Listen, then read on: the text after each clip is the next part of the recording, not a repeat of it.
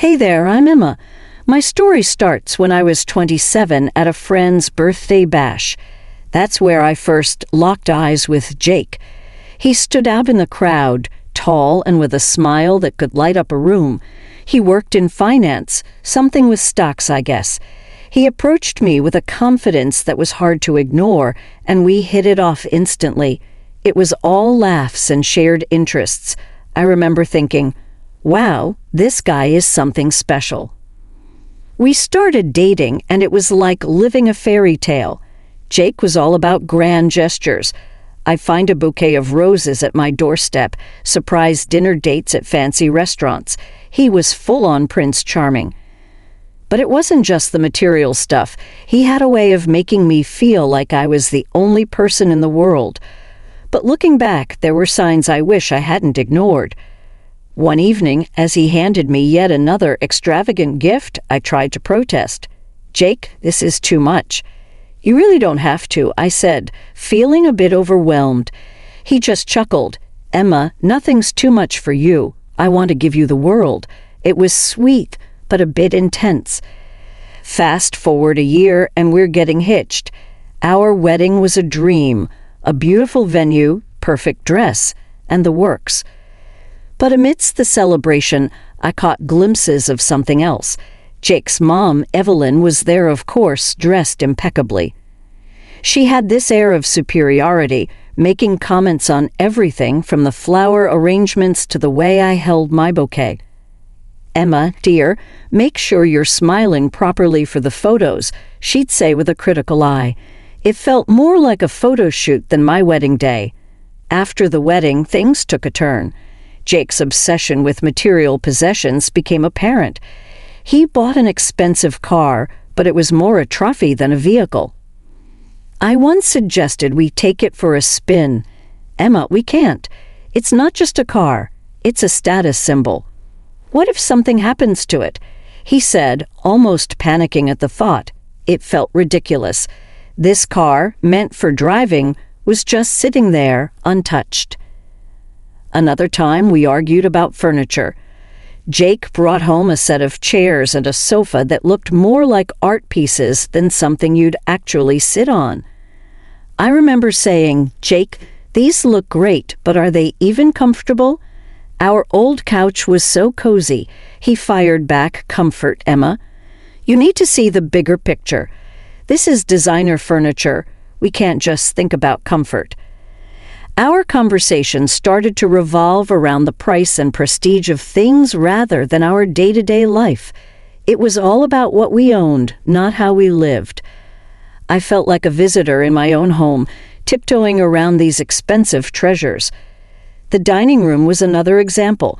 Jake replaced our old dining table with a massive ornate one that looked like it belonged in a castle. "Jake, this table is huge. It's just us two." "Why do we need something so grand?" I asked, feeling out of place in my own dining room. He just laughed. "Emma, you need to think big. This is how successful people live." The final straw was the art. Jake started buying paintings. I'm no art critic, but even I could tell they were more about price tags than passion. "Another painting, Jake? Do you even like these?" I questioned, staring at the latest addition to our gallery. He responded almost robotically. "It's not about liking, Emma. It's an investment. It shows we have class." I realized then that our home wasn't ours anymore.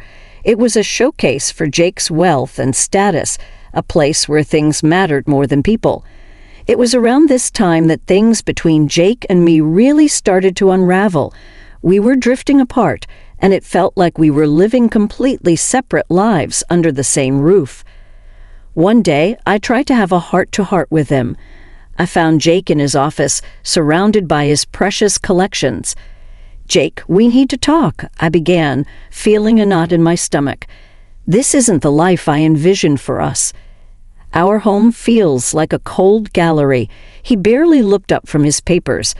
"Emma, that's just how it is when you move up in the world. You need to adjust." "Adjust? Jake, I feel like I'm living with a stranger. You care more about your things than us," I said, Jake finally looked at me, his eyes cold. "Maybe you're the one who's changed. You used to admire my ambition." It was like talking to a wall. He just couldn't see how his obsession with material things was tearing us apart. Then came the crystal set incident with his mom, Evelyn. She'd come over one day and I thought maybe, just maybe, we could have a nice family dinner. I decided to use the crystal dining set Jake's grandmother had left him. It was beautiful, and I thought it was perfect for a special family dinner. Big mistake. As soon as Evelyn saw the table, her face turned red with anger. "What on earth are you doing, Emma? Using the crystal set for a casual dinner? Are you out of your mind?" I was taken aback. "Evelyn, it's just a dinner set. I thought it would be nice to use it for once." Jake walked in, and instead of backing me up, he sided with his mother. "Emma, you should have known better. These are not for everyday use. They're valuable." I couldn't believe what I was hearing. Valuable, Jake. "They're just collecting dust in a cabinet. What's the point of having them if we never use them?" His response was curt. "It's about preserving their value, Emma. Not everything has to be used." That was the moment I realized our relationship had hit rock bottom. Jake and his mother were more concerned about preserving things than enjoying them or nurturing our relationships. From that point on, things only got worse.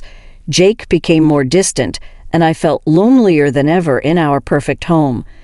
His priorities were clear, and sadly, our marriage wasn't one of them. I decided to file for divorce. It wasn't what I wanted, but it was what I needed. After the finalization of my divorce, I felt a profound need to escape, to find solace away from the chaos that had engulfed my life. Seeking a fresh start, or at least a temporary respite, I planned a solo trip to the seaside. It seemed like the perfect way to celebrate my newfound freedom and to reflect on the tumultuous journey I had just endured. 1 week into my serene escape, while I was lounging on the beach, my phone erupted with the harsh ring of an incoming call. The screen displayed Jake's name, stirring a whirlwind of emotions within me. With a heavy sigh, I answered, bracing myself for what was to come. The moment I greeted him, Jake's voice, thick with fury, boomed through the phone. "Emma, what the hell have you done to my house? My paintings, my furniture, everything's ruined." I sat bolt upright, my heart pounding. "Jake, what are you talking about? I've been at the sea for a week. I haven't been anywhere near the house." His accusations grew louder, more frantic. "Don't play games with me, Emma. This has your spite written all over it." Flustered and shaken, I struggled to make sense of his words. "Jake, I swear I haven't done anything." "I don't know what happened, but it wasn't me." He hung up abruptly, leaving me in a state of shock and confusion. Panic set in, and I hastily packed my belongings, cutting my trip short. The drive back home was agonizing, filled with a mix of fear and dread about what I would find. My mind raced with possibilities, none of them good. Upon arriving home, the scene that greeted me was beyond anything I had imagined. The living room, once a pristine showcase of Jake's expensive tastes, was in utter disarray. The designer furniture was scratched and damaged, and the paintings that Jake had so meticulously selected were torn and defaced. It was a scene of deliberate vandalism, a targeted destruction of the material possessions he had valued so highly. I stood amidst the chaos, struggling to process the extent of the damage, when my phone rang again. This time it was Evelyn, Jake's mother. Her voice oozed with a vindictive satisfaction as she spoke. "I hope you're happy now, Emma. Seeing all of Jake's precious things destroyed must be quite satisfying for you." Stunned, I managed to reply, "Evelyn, what are you talking about? Did you do this?" Her laughter was cold, devoid of any remorse. "Well, I couldn't let you enjoy all these things after the divorce. I thought I'd take them away from you, just like you took my son away." I couldn't help but nervously laugh. Evelyn, you've made a terrible mistake. The court awarded these items to Jake, not me. You've destroyed your own son's property." There was a moment of silence as the truth sank in. "No, that can't be. They were supposed to be yours to punish you." The call ended abruptly, leaving me in a state of shock. I was reeling from the shock of Evelyn's confession and the state of my home. I was trying to make sense of it all when my phone rang again. It was Jake. Bracing myself for another round of accusations, I answered. "Emma, this is not over. You'll pay for what you've done," he seethed, without any greetings. "Jake, listen to me," I said, trying to keep my voice steady. "Your mother just called. She admitted to destroying your stuff, thinking it was mine." There was a pause on the line, a silence filled with disbelief. "What? My mother? No, you're lying. She wouldn't do something like that." I felt a surge of frustration. "Why would I lie about this, Jake? She thought she was getting back at me for the divorce. She didn't know the court awarded those items to you." The skepticism in his voice was palpable. "I don't believe you." "Check your mail, Jake." I recorded a phone conversation with her in which she admitted everything. "Listen to it yourself." Another pause followed, longer this time. "If this is true, Emma, it is true, Jake. Your mother made a huge mistake." The call ended abruptly, and I was left standing in the middle of the living room, surrounded by the remnants of Jake's prized possessions, feeling a bizarre mixture of vindication and sadness. A few hours later, Jake called back, his tone now a mix of anger and confusion. "Emma, can you believe this? I'm suing my own mother." "Yeah, you do." "And Jake, I had nothing to do with this. I hope you understand that now." The situation quickly escalated into a legal mess, with Jake deciding to sue his own mother. I watched the whole drama unfold with a sense of irony. It was almost poetic justice, the woman who raised a son to worship material things now being sued by him for destroying those very things. Jake called me a few days after he filed the lawsuit, sounding all worked up. "Emma, can you believe this? I'm suing my own mother." I couldn't help but laugh. "Well, Jake, looks like the apple doesn't fall far from the tree. You and your mother are more alike than you think." He didn't find it amusing. "This isn't a joke, Emma. She destroyed property worth $90,000. "Oh, I know it's serious, but come on, Jake. You're suing your mom over things. Didn't you learn anything from our divorce?" He was silent for a moment, probably not expecting my blunt response. "I have no choice, Emma. She went too far," he replied, sounding drained. "Maybe now you'll understand, Jake. Life's about more than just stuff. You and your mother, you really deserve each other," I said as I hung up the phone. I couldn't help but feel a sense of closure watching Jake and his mother entangled in this legal and emotional chaos. The court sessions were a spectacle. Jake, usually so composed, was now embroiled in a bitter legal battle with Evelyn. She seemed to fluctuate between regret and stubbornness. I bumped into Jake outside the courtroom once and couldn't resist a jab. "How's it feel, Jake, taking your own mother to court?" He looked defeated, a shadow of his former self. "I never wanted it to come to this," he sighed. "What did you expect? You and your mom are always placing things above everything else," I retorted. The judge eventually ruled in Jake's favor. Evelyn was ordered to pay the full sum for the damages. When Jake called to tell me about the verdict, I felt no sympathy for him. "So you won. Happy now?" I asked, my tone laced with sarcasm. "It's not about winning, Emma. It's a mess," he replied, sounding drained. "Maybe now you'll understand, Jake. Life's about more than just stuff. You and your mother, you really deserve each other," I said as I hung up the phone. The whole ordeal had been a roller coaster of emotions, but it also served as a stark reminder of what happens when material possessions take precedence over relationships. It was a chapter of my life that I was more than ready to leave behind. After everything that had happened, my life took a turn for the better. I became tougher, more determined, and I relished the freedom I had gained from the shackles of my former life. I had no regrets, no sympathy for Jake or his mother, and I was enjoying every moment of my new, simpler life. One evening, while having a casual dinner at my comfortably modest home with my friend Sarah, the conversation turned to Jake and his mother. "Can you believe Evelyn had to get a job to pay back the 90 grand she owes Jake?" I said, shaking my head in disbelief but with a smirk on my face. "It's like a soap opera, but you can't make this stuff up. She really shot herself in the foot." Sarah laughed. "I know, right? After all her high and mighty act, look where she ended up, working to pay off her own son. It's karma at its finest," I nodded in agreement. "And what about Jake? How's he handling all this?" Sarah asked. I shrugged, taking a sip of my wine.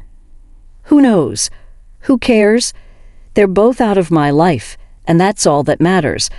I've got my peace back, and that's priceless," I said with a chuckle, relishing the irony of the situation. The conversation moved on to how different my life was now, devoid of luxury, but filled with real comfort. "You know, I love your place. It's so you, no fancy stuff, just real, lived-in charm," Sarah remarked, looking around appreciatively. "Thanks, Sarah. That's exactly what I was going for. A home, not a showroom. It's amazing to live in a place where I can actually touch things without worrying about their price tag," I said, feeling a surge of pride. We spent the rest of the evening chatting and laughing, a stark contrast to the tense, uncomfortable gatherings at my old house. It felt good to have a space that was truly mine, reflecting my personality, not my social status. As Sarah left, she said, "You seem so much happier now, Emma. It's like you finally found your place." I smiled, feeling a deep sense of contentment. "I have, Sarah. I really have.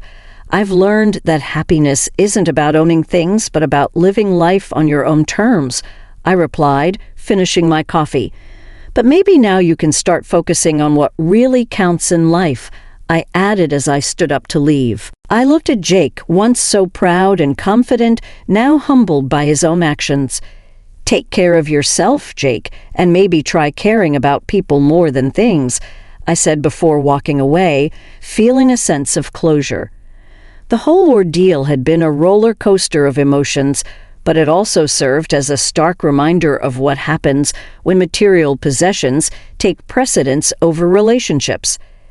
After the whole lawsuit drama, things calmed down, but the air was still thick with tension and unresolved feelings. Jake and his mother were no longer on speaking terms, and the once grand and proud home now felt more like a battleground. A few weeks later, I ran into Jake at a local coffee shop. It was an awkward encounter, but I couldn't resist striking up a conversation, curious about how he was coping. "Hey Jake, how's life treating you after the big court drama?" I asked, unable to hide the sarcasm in my voice. He looked up, weary and deflated. "Emma, it's been tough. Mom and I haven't spoken since the verdict," he replied. I sipped my coffee, trying to mask my indifference.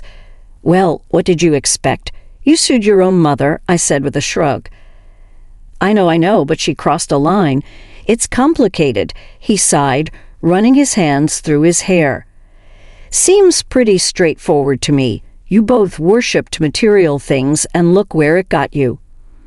I replied, and Jake looked down, the weight of the situation sinking in. "I guess I never realized how far we'd gone until it was too late," he admitted.